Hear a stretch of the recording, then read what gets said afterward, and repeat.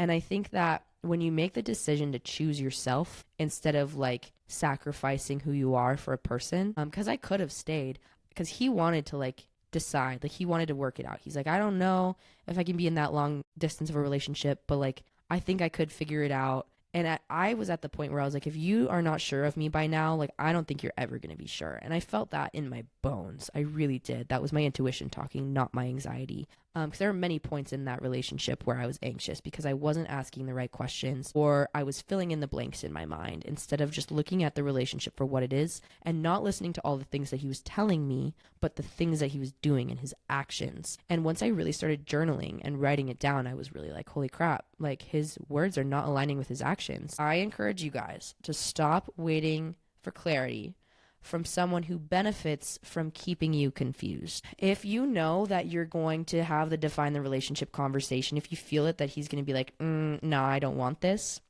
then I'm talking to you, okay? Because he is directly benefiting from you letting the relationship be ambiguous and not defining it. And that is not serving you in any way.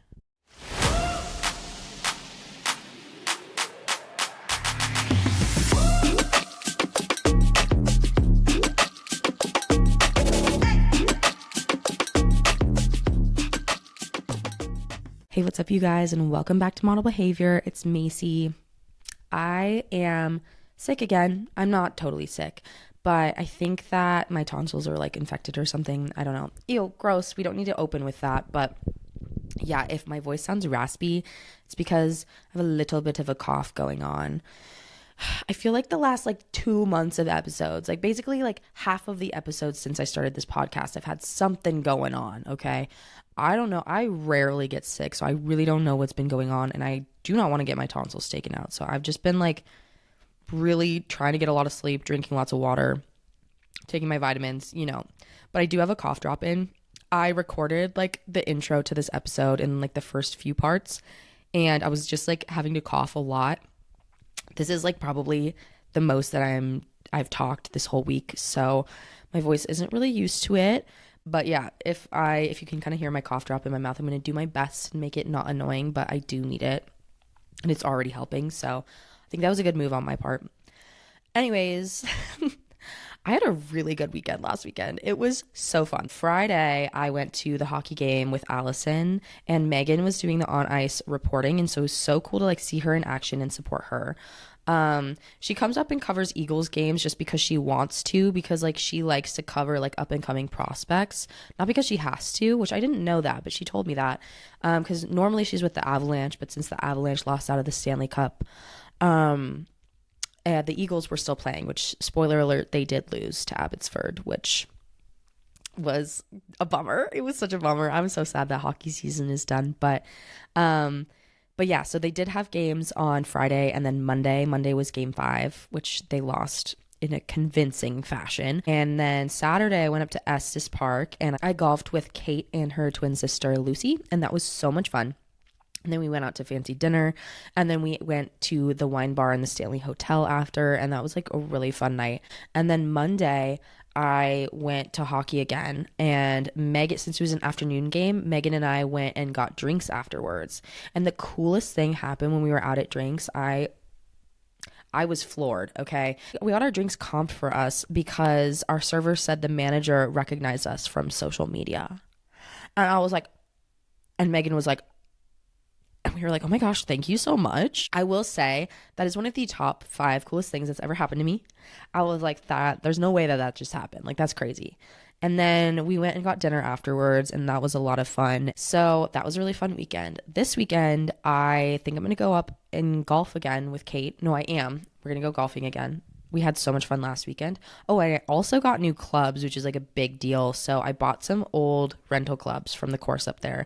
Got them for a really good deal. I got this really cute little pink bag. I feel like so cool now, because before, the clubs that I had, I got them for $80 from Play It Again Sports, and they're like all rusty and stuff, and a really bulky bag. And every time I would go to the driving range, old men would be like giving me like the look like, wow, she has no idea what she's doing, even though my swing really does not look that bad, and like I play decent, okay? I'm not like horrible, but yeah, I was a little self-conscious about the club. So we got to the course, and one of the pros there was like, hey, you could buy like one of our old sets of rental clubs, and it was literally cheaper. It was such a good deal. I'm not even kidding you guys. So I have this cute little bag now with these rental clubs, or old rental clubs, and I feel so much cooler with them. And so now I'm like, yes, now we have to golf, because I want to like walk around the course like I am that girl. Okay. So it's supposed to be a lot nicer this weekend. It was super cold last weekend. So I'm going to wear my cute little outfit. I'm going to go with my cute little clubs, and we're just going to have a good time. I'm so excited. So we're going to do that tomorrow. And then Margot and Weston just bought a house. So I'm going to their housewarming party, and that's going to be really fun too. Their friends are so much fun. Oh my gosh, I love them.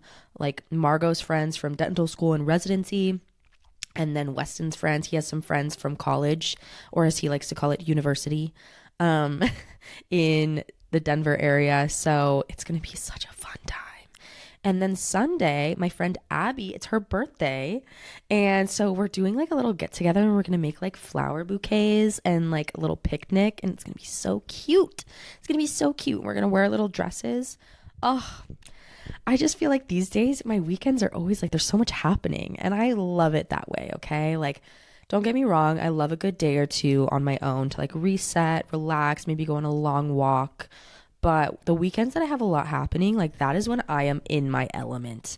I love it. And I feel it you can tell I'm such an extrovert because of this, but like that is my recharge time, is like when I'm around my friends, and specifically like my close friends. Like all my girls I'm seeing this weekend, I love them so much. And I particularly like my element is when I am like one-on-one with my friends. And like Monday with Megan, we had the best time, because like we've obviously hung out before, but it's only ever been in a group. So we got to like go to dinner, and we just got to like talk hockey and career stuff, and just like, oh my gosh, it just like, I'm so proud of her, and I'm like so proud of all of my friends. But it's moments like those where I'm like, wow, I'm just like so proud to be these girls' friends. I'm not gonna cry. Moving on. So thank you guys for the feedback on last week's episode. I did the episode on my dating spreadsheet for 2024, and I meant it to be like a funny thing. And I feel like it was I really liked my episode that I put out. Okay. I was very proud of it. And I was also obviously very vulnerable with you guys last week. So I really appreciated all the kind words. I will say this usually only happens whenever I post like podcast clips on my TikTok. But whenever I post podcast clips on my TikTok, occasionally they will like get to like the male side of TikTok, which I kind of forget about them, because in my mind, I'm like, TikTok users are predominantly female. But I'll also like, my audience on TikTok is like predominantly female. I want to say it's like 90% female. And so it always surprises me whenever some of my videos get like pushed out to guys. And anytime that does happen, the guys get pissed. And I get that. Like a lot of the stuff I'm talking about and a lot of the sizzle reels that I post are like me talking about pretty audacious things. But at the end of the day, I always want to like wrap it up with like a lesson learned. And I'm not going to post like my sappy moments of like, oh my gosh, I love my friends so much. No, I'm going to post my moments of like, okay, let's talk the length and width report. Like, the length and width report. And the men hate that, let me tell you. And I'm not trying to alienate the men by any means, because I have a lot of guy friends that do listen to my podcast, and I love them very much, and I think they're great. But yeah, I got a lot of like, oh, you're gonna die alone comments on some of my stuff that I was posting last week. And I'm like, okay, take a joke. Whatever. Anyways, I thought it was kind of funny. But yeah, overall, I got really good feedback. And I kind of wanted to make today's episode kind of piggybacking off of last week's episode. And the reason why I wanted to talk about this is because I feel like last week when we talked about attachment styles, and not in like the anxious / avoidant attachment style, because those are both types of insecure attachment. I just like wanted to zoom out last week and do secure versus insecure attachment and where that stems from. I kind of wanted to talk about that insecure attachment style today. So this week we are going to be talking about situationships. Last year, I went through probably the most significant situationship of my life. And so I want to define what a situationship is for those of you who might not be aware. And most of you probably do know, but the reason why I want to do this is because back in the day, I had to sit Joan down when I was going through all of this and be like, Joan, do you know what Joan's my therapist, by the way, if you're just tuning in. She retired, so I need to find a new one. But I sat Joan down and I was like, do you know what a situationship is? And she's like in her like late 60s. And she was like, no. So I had to explain to her what it was. So a situationship, by definition, by my definition, is when you are seeing someone and one person wants a relationship and the other person doesn't and just wants to keep it casual. So there's like a mismatch in intent, okay? If both people just want to keep it casual, then that's friends with benefits. And by casual, I mean you're also seeing other people. There's not like any expectation of like frequency of communication or frequency that you see each other. So if you remember from last week's episode, I talked about how there was like one guy that I went on 6 dates with, and then I was like, I don't want to talk about it. I lied. She did, in fact, want to talk about it. So we're going to talk about that today. So this relationship was like, we started out dating. Like, we were going on dates pretty much the entire time we were going on dates. Like, that's why there's like those 6 dates. Like, we either went to dinner, we went to coffee, like, we were doing things together, okay? But the reason why I define this as a situationship is because we were kind of approaching the 3-month mark and we hadn't fully defined the relationship. This situationship was long distance. So you guys might remember in my breakup episode, episode 8, a lot of you probably haven't listened to it because that was before I was using like a video feed and like good sound. So I feel like it's worth talking about again because there's a lot of new listeners, which was side note, I am up to like over 500 monthly listeners. And I just want to say thank you guys so much. I feel like, you know, the Princess Diaries, like the first movie where Lily has her little cable show and she's just like, come on my cable show to Princess Mia. Like, that's totally me. I'm like, thank you guys for listening to my cable show. Anyways, yeah, there's a lot of new people, a lot of new ears around here. So I want to circle back. My 8th episode that I recorded was about my post-breakup glow up and things that I did to help me get over a breakup. And I am referring to that relationship. So I was in a situationship relationship thing from, I want to say we started talking in like January of last year, and then it ended in June. And then he came back a month later and was like, let's try things again. Please be my girlfriend. Please move with me to this country that he was moving to for hockey. And then I was like, what? And then he ghosted me. So those are like the phases of like what happened. Okay. So it was very confusing for me personally. And I was very frustrated by the situation. And obviously it affected me a lot emotionally, which is why I'm talking about it. But I think that I learned so much. I do think my post situationship, post breakup, because that is a breakup. Okay. That's another thing is like, I consider like, if I've been on more than like 3 dates with a guy, if we end things, like I'm going to call that a breakup. And that might be a controversial take because you might be like, oh no, it has to be your boyfriend to break up. But no, if it feels like a breakup to me, it's a breakup and you can't invalidate my experience. So yeah, I'm going to call it a breakup and I have no shame in that. Okay. We're going to get into it today. I'm going to talk about what happened. I'm going to talk about what I learned. And then I'm going to get into 5 points. I love the 5-point list and I've really been sticking to that the past couple of episodes. I'm going to get into 5 points of how to avoid a situationship or how to get out of a situationship. And if you're a guy, you might be like, okay, it's a little bit more black and white than that. You just, if they don't have the same intent as you, then leave. But I think that it is a lot. I think it's doing a disservice to simplify it that much because especially as someone who has been through it, your feelings just really cloud your judgment most of the time. And I always say this, I'm like, I'm such a logical person, but like, I'm really not. And that's like one thing that I've learned from this. I'm like, I'm just a lover girl at heart. I shouldn't try to sing. It's going to put me into a coughing fit, but literally I am just like such a lover girl. And that's what I learned from this. And I want to talk about why that's a good thing and how to use it to your advantage. Okay. Anyways, 1 second, gonna have a coughing fit. Okay. So before we get into the details, I do want to kind of talk about a couple of things here. First of all, I want to note that there are different types of situationships. So, like I said, in my particular situationship, we were going out on dates. I was going to his games. I was meeting a few of his friends. Like, it wasn't like he was trying to hide me. And I think that there are different levels to a situationship. Not levels, just different types, okay? Different categories. Because then there's also the situationship where you never meet any of his friends. You only go over to his house, or he comes over to your house.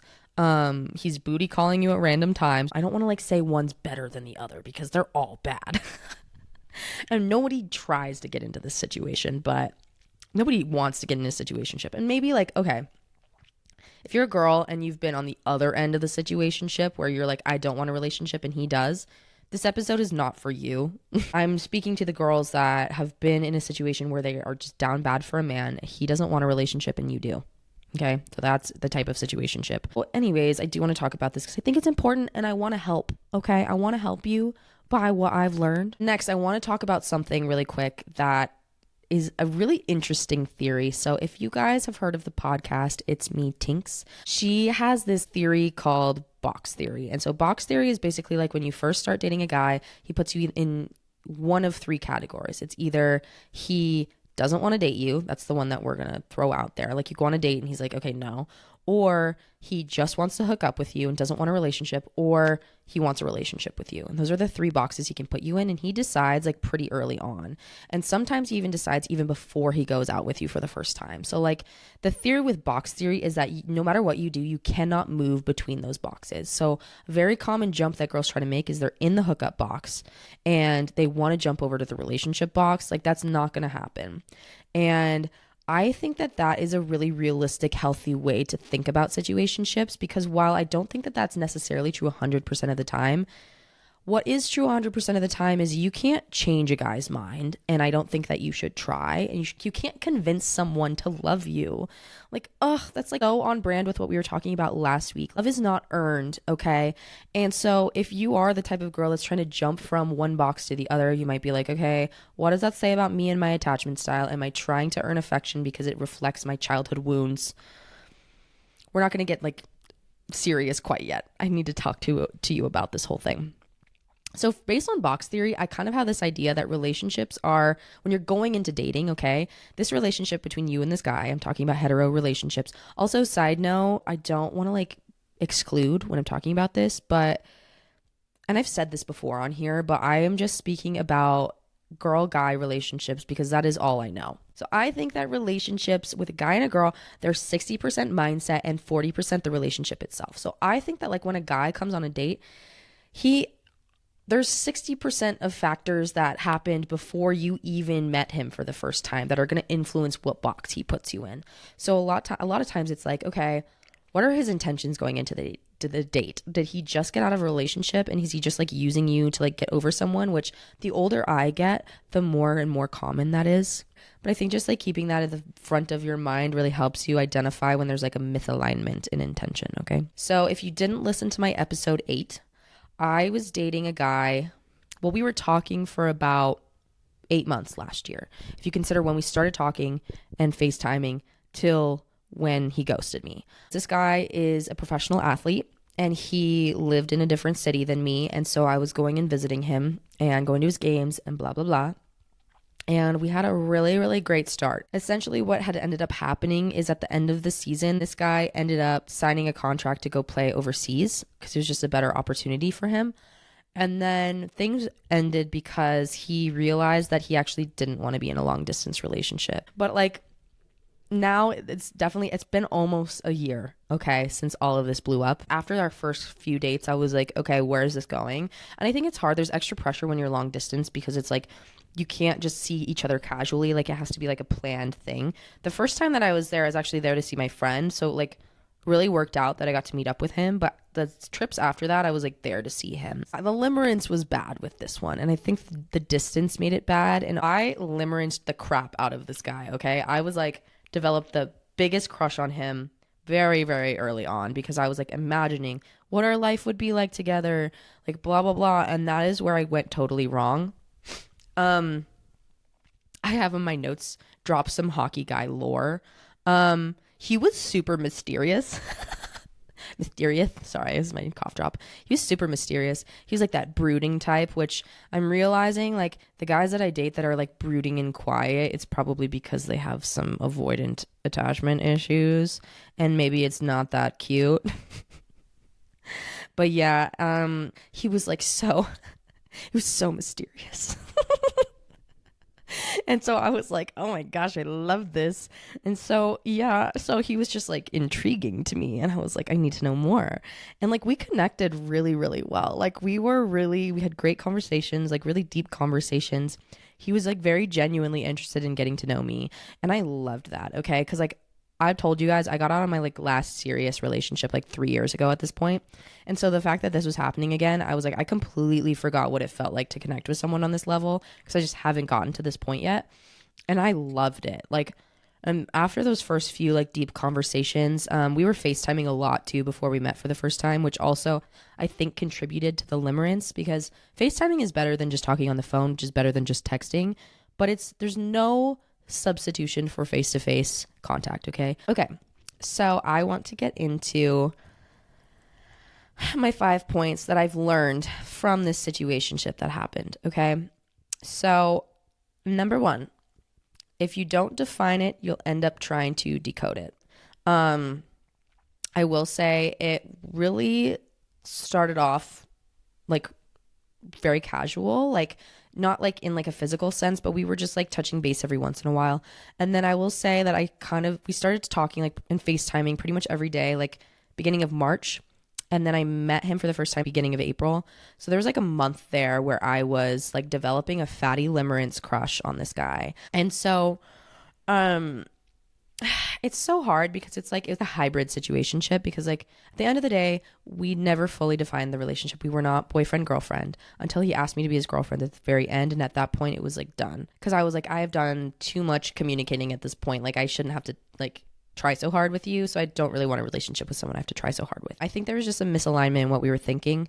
So, anyways, we were texting a lot. We were spending a lot of time together and I was really overthinking everything at that point because I was like, why haven't we at least like had this discussion? Like if he doesn't want a relationship right now or like he wants to take more time, like why doesn't he at least say that?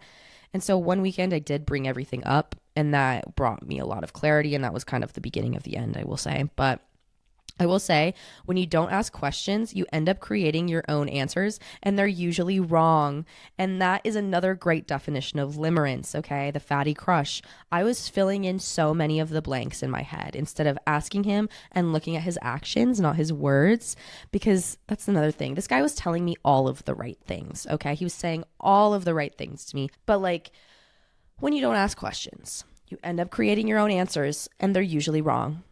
Okay, so just remember that. That's one thing I really learned. Okay, my second point is that casual doesn't mean you don't deserve clarity. That's important. You can keep things chill and you can still expect respect. And I think like when you want to like be casual or you're like not sure exactly where this is going to go or like, can I trust this guy? Is this guy worthy of my trust?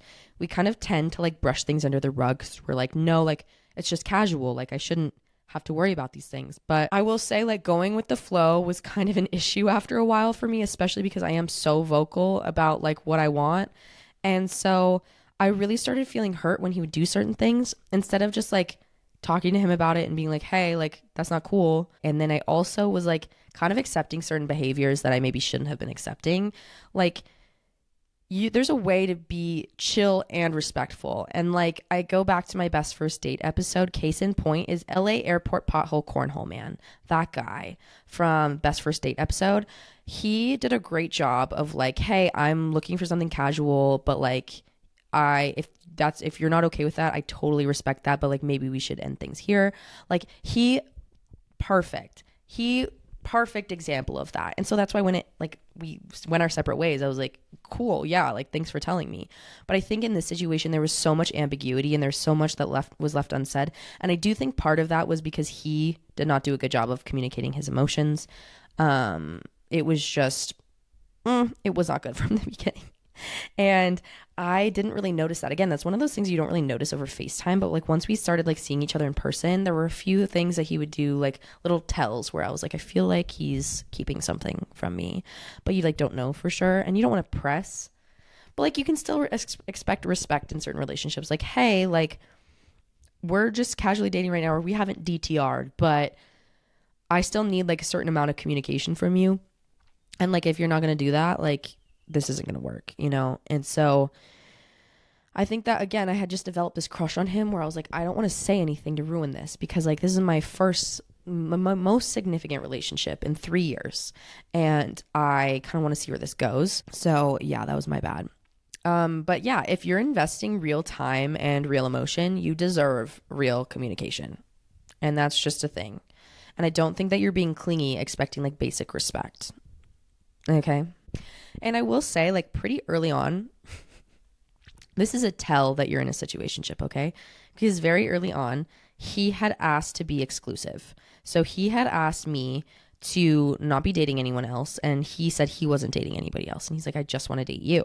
So I was like, okay, cool. And in my mind, I'm like, okay, he's going to ask me to be his girlfriend soon. But then like another month went by and he hadn't. And that's when I was like, and I don't think that like asking to be exclusive but not boyfriend girlfriend is inherently a situationship thing. I do think it's like maybe a sign it could be a situationship. It kind of just depends on the vibe. But I would say if it's not a situationship thing, like he better ask you to be his girlfriend like pretty soon after that, like within the next couple of dates after that, 2 or 3. And that's just like my personal opinion. You're free to disagree. Again, it's very situationally dependent, based on like what you're looking for, what he's looking for. This again was long distance, so I think that there's like a little bit more pressure on the relationship, because like when I'm going out to see him and going to his games, I'm going to see him. Like I'm not like there for any other reason. So it does put like an added layer of pressure on a relationship. But that's another reason why I think that I maybe had let a few like respect things go that I shouldn't have, because I was kind of making excuses for him. I was like, well, he's just like got back from a really long road trip, and like that's why he hasn't talked to me in 2 days, or like that kind of stuff. And like I was making way too many excuses for him. Like I think that only you can say like what level of communication you feel comfortable with, because like maybe if it's too much, that might feel a little bit much for you. But I just know for me personally, like there were a few things that I kind of like chalked up to it being long distance that I maybe shouldn't have. So my third point is so important. It is so important, and I really want you to listen to this. My third point is that your body can't tell it's just a situationship. So attachment is biological, even in casual dynamics. So I will say, like, when you're attached to someone, like looking into their eyes can really boost your oxytocin levels. And it's that love hormone. It's the same hormone that like when a mother looks at its baby, mother looks at her baby. That's the chemical that's released. It's like that bonding hormone. Or like when I look into Margot's dog's Goose's eyes, he's like really hyper, but occasionally when he's kind of sleepy, he'll just like let me pet him. He's a Bernese Mountain Dog. So he'll just let me like pet his chest, and like he'll just look up at me with like the biggest, like sweetest Puss in Boots eyes. And like that releases oxytocin. Okay. And so like when you're with your situationship, the oxytocin that gets released is like the same as when you're looking into a puppy's eyes. So you have to remember that there's like a lot of biological things happening that like make you feel very connected to this person. And you really have to remember like it's not always logical, and that it's very important to honor those feelings. But also part of honoring yourself is also maybe walking away from something when you're not being respected, or, you know, your expectations are not being met. And intimacy really bonds people, okay? And that can be fun, but I really encourage you to really think hard before you do something like that. And only you know where your boundaries are, okay? I know for me, my boundaries are like, I have very low tolerance for that stuff, so I really have to be careful. But yeah, you really have to think about your boundaries physically and like what you're okay with, and after what point will you get too attached to the person and just start making a lot of excuses for them, okay? And it's totally normal to feel like that. And it's not weakness. It's just chemistry. But I think being aware of that and being like, do I like him, or did we just have a good makeout is really important. So just be intentional about the timing of that. And if you need to hold off, you should, but don't hold off for too long if you want to. That's another thing. I will say, like, if you want to kiss him, you should, because that's part of the fun of dating. Or, you know, anyways, I don't want to get too graphic with it, but like just be aware of your boundaries, okay? Just, I feel like Coach Carr on Mean Girls, where I'm like, don't have sex because you will get pregnant and die. Just don't do it, okay? It's kind of the same situation. Don't have sex or you will get into a situationship and die. Anyways, so, okay. I really hope my mom doesn't listen to this. So, okay, number 4, if you are confused at any point in this relationship, in this dating relationship, you're probably being avoided. Probably being avoided. You have to have consistency with communication, okay? So, like, let's say he texts you once in the morning, he goes to work, you guys don't talk for the rest of the day, maybe you talk once at night. That's super healthy. That's my favorite form of communication. Like, I don't want to be texting you all day, but like, if you guys are texting pretty regularly and then he just randomly goes like a couple days without talking to you, he's probably avoiding you. I'm not going to lie. And mixed signals actually can be really clear signs. So you really have to think about how you rationalize this inconsistency. Like, you're thinking like maybe he was just busy, or like maybe he's just not a good texter. Like, if he's been a good texter up until this point and then you don't hear from him for a full weekend, that's a clear sign that he's probably not that into you. And he's probably avoiding you. And if you're constantly anxious, okay, about this stuff, it's probably not just in your head. And I think as women, we really need to stop gaslighting ourselves, okay? We really need to stop being like, oh, it's just me, I'm just an anxious person. Because looking back, when I have been anxious with guys that I've been dating, it's for a good reason. It's my body's way of telling me, whoa, sorry. It's my body's way of telling me that something isn't right. Something ain't right, girl. And we just know as women. And like, my friend Abby sent me a really good quote a while ago. I don't quite remember the exact verbiage, but like, it was really good. And it said something along the lines of like, your anxiety is loud and your intuition is quiet. And I think that that is so real. Like, your anxiety is going to be like bouncing all over in your head. Like, oh my gosh, what if blah, blah, blah, blah, blah. But if you have like in that gut feeling, that quiet voice in your head that's just like, hey, I don't think that this is right. You just feel it, you know? That's your intuition. Your intuition is quiet. Your anxiety is loud. So just remember that, and do not discount yourself. Do not discount your intuition. I think that that's something we really need to step into as women. Trust your gut. Trust your gut. And someone who's into you won't leave you feeling unsure 90% of the time. If you're not sure about it, or if you have that anxious feeling in your heart and it's not like the loud anxiousness, but it's more of like the unsettling like intuition, you got to listen to that, okay? And I will say I really started to feel like that probably like a couple weeks before it ended, which leads me to point number 5. Closure doesn't come from them. It comes from a decision. So in my situation, I finally kind of sat him down and I was like, okay, what's going on here? Because our communication for the previous week had been a little inconsistent. And at this point, I had known that he had a phone call with a couple different European agents. And so I knew there was a potential that he was going overseas. But in my mind, I'm like, we've been distanced this whole time. Like, I'll figure it out. Like, I literally wasn't worried. I could sense him feeling a little unsure. So I kind of sat him down and I was like, hey, what's been going on? Like, what's happening? And so then at that point, he had told me like, hey, so I signed this contract to play overseas. And I was like, that's great. Congratulations. That's really exciting. This is a good career move for you.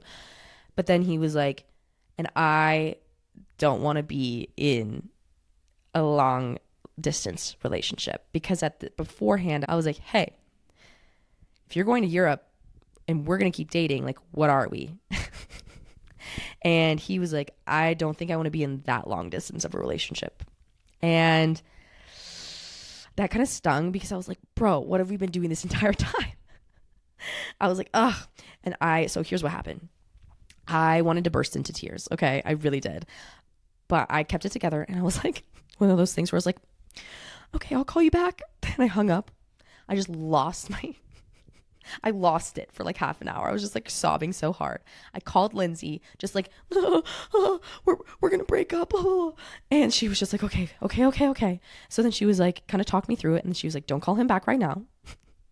Get it out of your system, clean yourself up, and then call him back. So I will say it was probably a good 45 minutes before I was able to get it together. So then I called him back, and I was very calm. And I basically just said what I did. Actually, this was really good. I listened to Alex Cooper's breakup episode. And this was like from like season 3 or something, like super early on in the Call Her Daddy days. I like love her interviews. And I know that she's trying to transition into like being an interviewer. But I will say that single father Alex Cooper episodes, like the solo episodes, are my favorite. I love her solo episodes. And she recorded an episode on how to conduct yourself when you're being broken up with. And I followed that list to a T, and I felt like it helped me so much in that moment. I was very calm. I just kind of asked some rational questions about like, is there any chance you change your mind? Are you like, you're set on this? Okay, then there were like a couple things that we needed to figure out. Like I was supposed to fly to see him that weekend. So then he was like, well, you could still come. And I was like, I will not come. so so I was like, no, I'm not going to visit you this weekend. So we had to figure that out and the flight stuff. And then we kind of just had that closure conversation. And I felt like it ended really well at that point. I was like beside myself, I will say. And then things got a little messy. A month later, he came back and he was like, there hasn't been a day that's gone by that I haven't thought about you. And I was just like, it was so super annoying because one, it was exactly what I wanted to hear. But two, I was still like sad about it. So I was like, oh, great. Like, this is too soon. Like, if he had waited maybe 3 months, I think I would have been in a lot better headspace to be like, hey, like, no. But because it had only been a month, I was still kind of like, because I had told him that we needed to go no contact for a month. I was like, I need a month.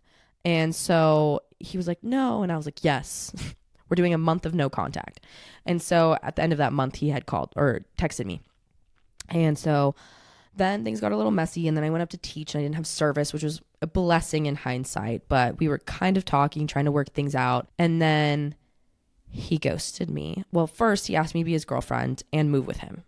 And I was like, I said no, because I felt like he was coming from a place of desperation rather than a place of realization that like he really wanted to make it work.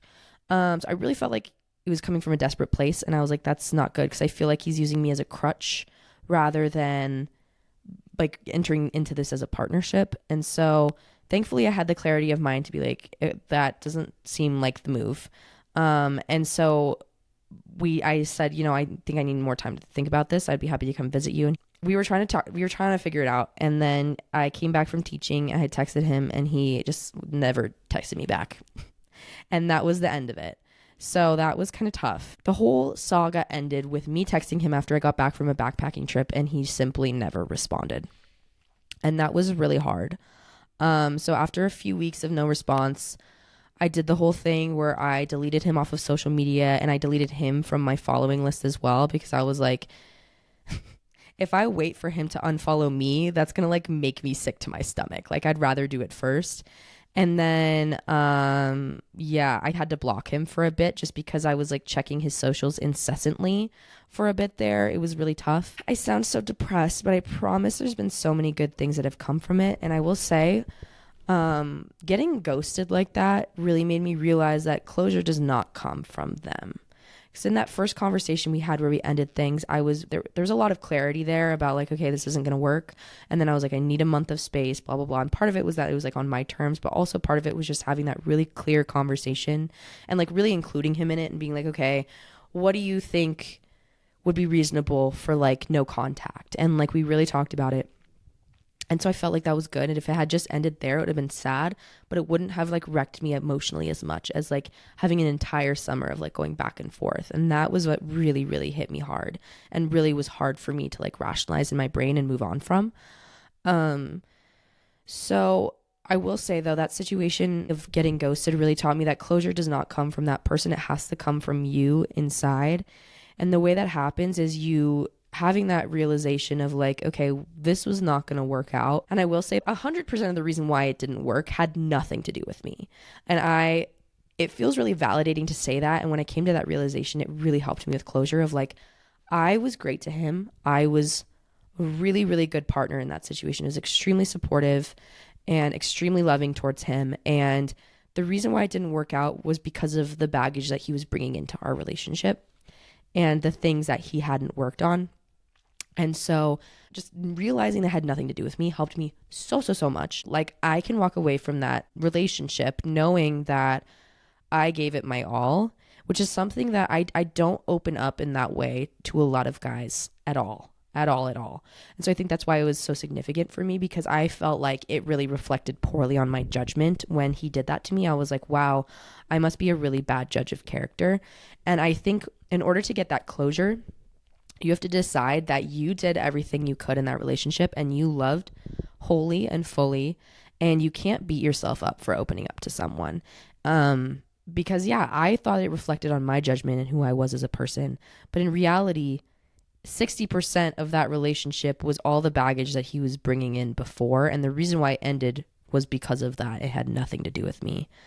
And I think that when you make the decision to choose yourself instead of like sacrificing who you are for a person, because I could have stayed, because he wanted to like decide, like he wanted to work it out. He's like, I don't know if I can be in that long distance of a relationship, but like I think I could figure it out. And I was at the point where I was like, if you are not sure of me by now, like I don't think you're ever going to be sure. And I felt that in my bones. I really did. That was my intuition talking, not my anxiety. Because there were many points in that relationship where I was anxious because I wasn't asking the right questions, or I was filling in the blanks in my mind instead of just looking at the relationship for what it is and not listening to all the things that he was telling me, but the things that he was doing and his actions. And once I really started journaling and writing it down, I was really like, holy crap, like his words are not aligning with his actions. I just really want to encourage you to stop waiting for clarity from someone who benefits from keeping you confused. Okay? I'm going to say that again. I encourage you guys to stop waiting for clarity from someone who benefits from keeping you confused. If you know that you're going to have the define the relationship conversation, if you feel it that he's going to be like, no, I don't want this, then I'm talking to you, okay? Because he is directly benefiting from you letting the relationship be ambiguous and not defining it. And that is not serving you in any way, okay? I do want to talk really quickly about ways that I have benefited from this situation, because I think in the past year, I have undergone such a significant transformation in my life, both mentally, physically, spiritually, relationally. And I'm super, super proud of myself from how I've grown from this, because this situation impacted me so deeply because I loved this guy. I really did. And I think once I admitted that to myself, like, it helped me treat myself with more compassion, because for a while I was like, why do I care so much? Like, why am I so upset? Well, it's because I was in love with him. And once I acknowledged that and like acknowledged my feelings and was honest with myself about my own feelings, it really helped me build from there. And just some of the aspects, and I kind of talked about this in my breakup episode in episode 8, but I got into the best shape of my life. Like, I literally have a 6-pack now. I am just like floored. I am like so proud of myself for how hard I've worked. There's been so many 5:30 a.m., 6 a.m. workouts that I have not skipped. And I've built such a community through my Legree studio and through my Pilates studios and through my cycling studios. And I've made so many friends that way. I've made so many more friends just in general. I have so many girlfriends now that I didn't have a year ago. And I really think that me a year ago crying in the bathroom stall of my work would be so, so proud of myself for where I'm at now. I dyed my hair. That was so freaking fun. I don't know if you guys can tell on the video, but I did dye my hair more of like a coppery red color, and I am obsessed with it. I think that this is like my true self. I really dug into my career. I've made so many strides in my career this year. I'm so proud of myself. I took initiative on so many projects. I pursued so many new opportunities, and I'm seeing the benefits of that now. And just like spiritually too, I feel so much more settled, and I feel like I know myself so much more. And that anxiety that I was feeling even before I met this guy really has calmed, because I've really learned that like in order to like love someone else, I have to love myself first, and someone else's actions do not define my worth as a person. And I truly, truly believe that now. And I think that that is such an invaluable lesson to learn. And I truly do not think that I will ever hear from this guy again. And I think that that was kind of hard for me to accept at first. But once I kind of like moved past that, I realized I'm like, man, I like mentally, I do want to like thank him for this experience, because even though it hurt me so much, I think that I made so many good things come out of it, and that my quality of life is significantly better than it was even before I met him. And I'm so, so grateful for that. So if you're listening to this, if you're in a situationship, it does get better, but it starts with you defining the relationship, realizing that you deserve clarity, listening to your instinct, not getting it confused with your anxiety, but listening to your gut. Don't ignore it. Acknowledging that confusion is not okay in this relationship, okay? You should never feel confused.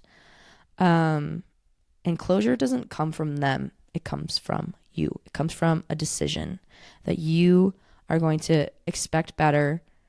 If you ask for better and they don't want to give it to you, you have to love yourself more than you love them. Okay? And that self-love is so important. So, if you made it this far, thank you guys so much for listening. And I can't wait to talk to you guys in the next episode. Bye.